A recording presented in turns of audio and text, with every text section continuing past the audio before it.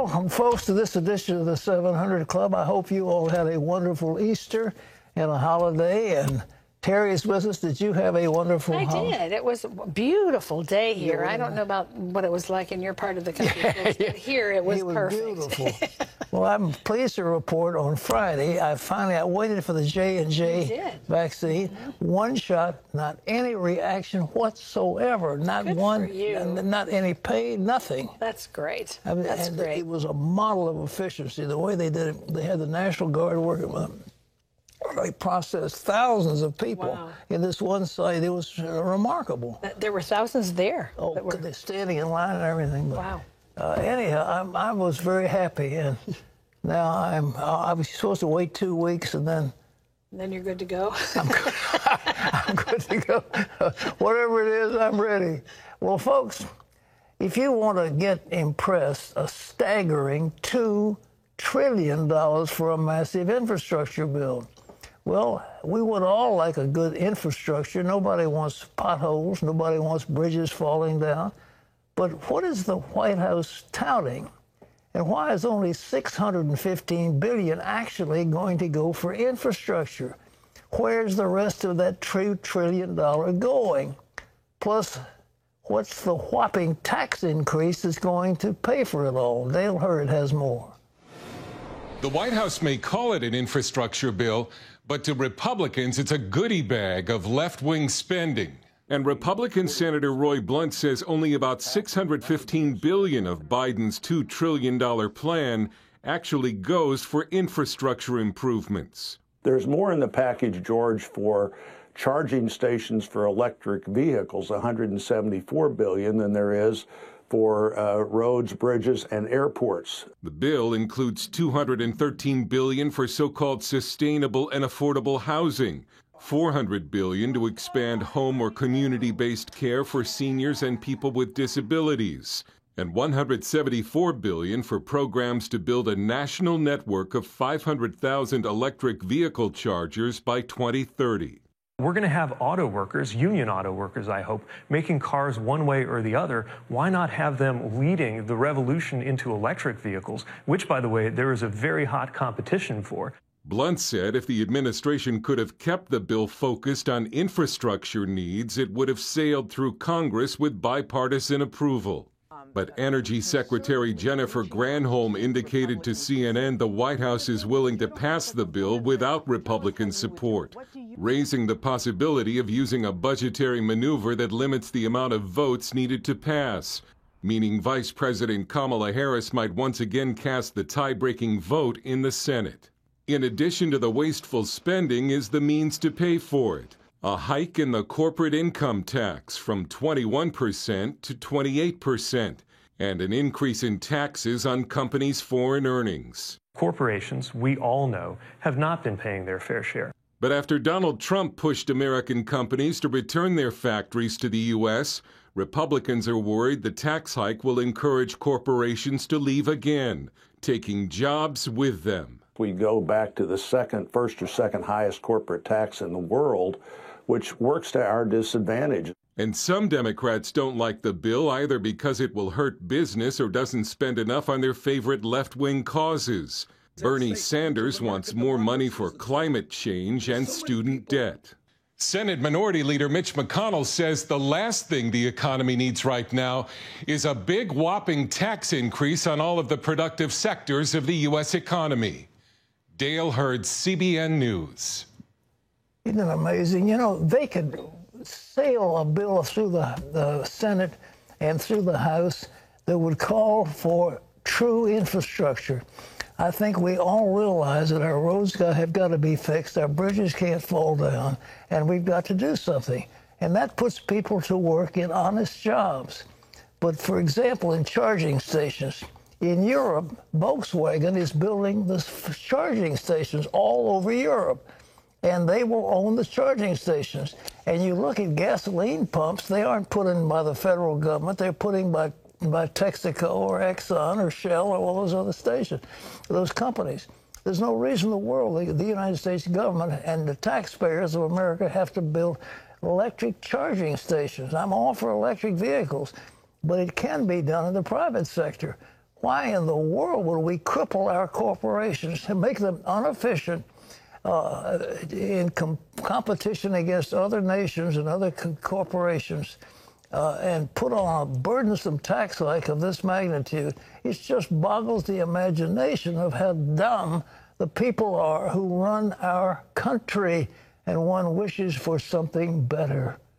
Well, in other news, so-called cancel culture has struck Georgia. Major League Baseball is pulling out of its All-Star game. What does the president have to do with it? Ephraim Graham has more. Pat, blowback after Major League Baseball pulled its All-Star game out of Atlanta over Georgia's new election law.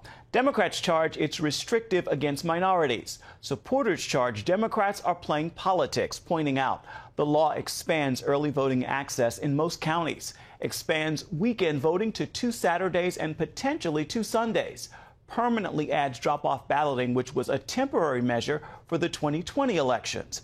It also prohibits outside groups from handing out food and water to voters within 150 feet of a polling location, but allows water stations where voters can serve themselves. The law also requires a valid photo ID to request an absentee ballot. President Joe Biden, jumping into the fray, called the Georgia law Jim Crow on steroids, but so badly misrepresenting part of the law, the Washington Post fact-checker gave him its worst rating for Pinocchios for falsely claiming the bill ends early voting so working people can't vote. On ABC's This Week, former New Jersey Governor Chris Christie accused the president of breaking his word to unite the country. I sat here and listened to the president's inaugural address, and I just want a couple of real quick points from it. Politics need not be a raging fire that destroys everything in its path.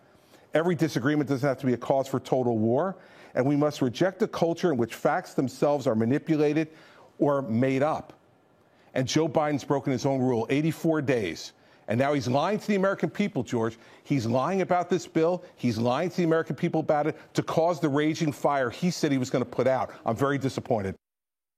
The criticism of divisive politics is growing beyond Sunday morning news programs. During this weekend's coverage of the NCAA Final Four, sports analyst Charles Barkley spoke out, saying politics in America is about divide and conquer. He says, quote, "I think most white people and black people are great people. I really believe that in my heart."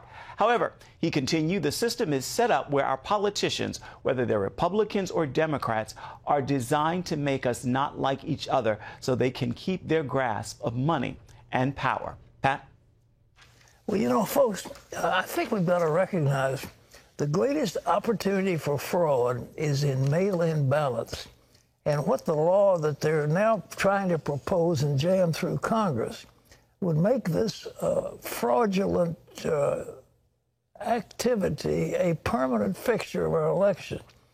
The Constitution gave the state legislatures the ability to govern the elections in their states. This would be a national law that they want to put through. And what Georgia is doing is a mere thing that we've all got to do. In order to get an absentee ballot, you've got to show a license to show that you're the person that's going to get the ballot. There's anything like Jim Crow about that. And for these companies like Coca-Cola and others to start screaming and canceling Major League Baseball and that kind of thing is just outrageous. I mean, it's simply outrageous. People ought to read the dumb bill and see what they're talking about, and they don't do that. Ephraim? Pat, a major foreign policy challenge for President Biden. The Pentagon is on alert as Russia steps up provocations in Europe and other parts of the world. Russia is building up military forces on its border with Ukraine. This comes as fighting between Moscow-supported separatists and Ukrainian forces is increasing, with about 20 Ukrainian defenders killed so far in 2021. Russia conducted military drills in the Arctic recently and is increasing military flights near Alaska's airspace and near NATO airspace, as well as its submarine activity in the Atlantic Ocean. Analysts say this is all a test of the Biden administration's resolve to stand up to aggression. One foreign policy writer says this could be Biden's first serious test with Russia. Turning now to the Middle East, a major U.S. ally facing an internal threat. King Abdullah of Jordan put down a possible coup against his rule. As Chris Mitchell now reports from Jerusalem, the potential overthrow of the king represents a threat to the entire Middle East. On Sunday, Jordan's foreign minister accused the country's former crown prince, Prince Hamza, of conspiring with foreign elements in a nefarious plot. Investigations monitored interventions and communications that include communications with foreign parties about the best time to start steps to destabilize Jordan. Jordanian security forces arrested more than a dozen they say were involved in the plot and placed Prince Hamza under house arrest. He released a video claiming his innocence. The attempts to claim conspiracies and foreign backing and so on and so forth have been seen in this region and in this country, unfortunately, recently, over and over and over again, and they are a tool of tyranny. Faced with competing narratives, the U.S., Israel, and many Gulf Arab states stood behind Jordan's King Abdullah. The State Department said King Abdullah is a key partner of the United States, and he has our full support. Israel's Defense Minister Benny Gantz said a strong, thriving Jordan is in Israeli security and economic interest, and we need to do everything we can to assist them. The U.S., Israel, and Western powers consider Jordan's King Abdullah a major strategic ally. The U.S. has provided substantial military assistance to the king, and about 3,000 American troops are based in the Hashemite kingdom. If the king fell, it would be a blow to stability in the region. For now, the situation is stable, but some say it's a wake-up call that the monarchy of Jordan may be at risk in the future. Chris Mitchell, CBN News, Jerusalem. The U.S. and Iran are taking initial steps to re-engage with indirect negotiations as the remaining members of the JCPOA nuclear agreement meet in Vienna this week. The goal is to try and get Iran back into compliance after it violated restrictions on enriching uranium in advance of the U.S. rejoining the deal. This is a priority of the Biden administration. In 2018, the U.S. backed out of the deal when President Trump accused Iran of cheating. State Department spokesman Ned Price says he doesn't expect there will be an immediate breakthrough as difficult decisions are still ahead. Pat? Well, we're going to be challenged by Iran. Don't think they're not.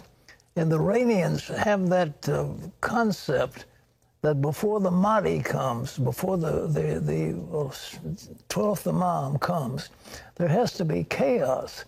And so there are fanatics in Iran who are dedicated people of the Islamic faith who feel that there will be a chaos, and they do not mind a nuclear war. And they've talked openly about using a nuclear bomb against Israel. So we cannot go along with any program that allows them to continue enriching uranium and building up nuclear weapons.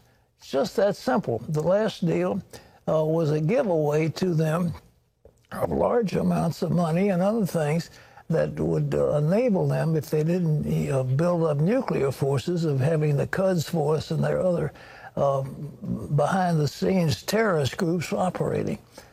We should not go for that again. It's just that simple, but we're going headlong right down the road that was traveled before, and it was a folly then, it's a folly now.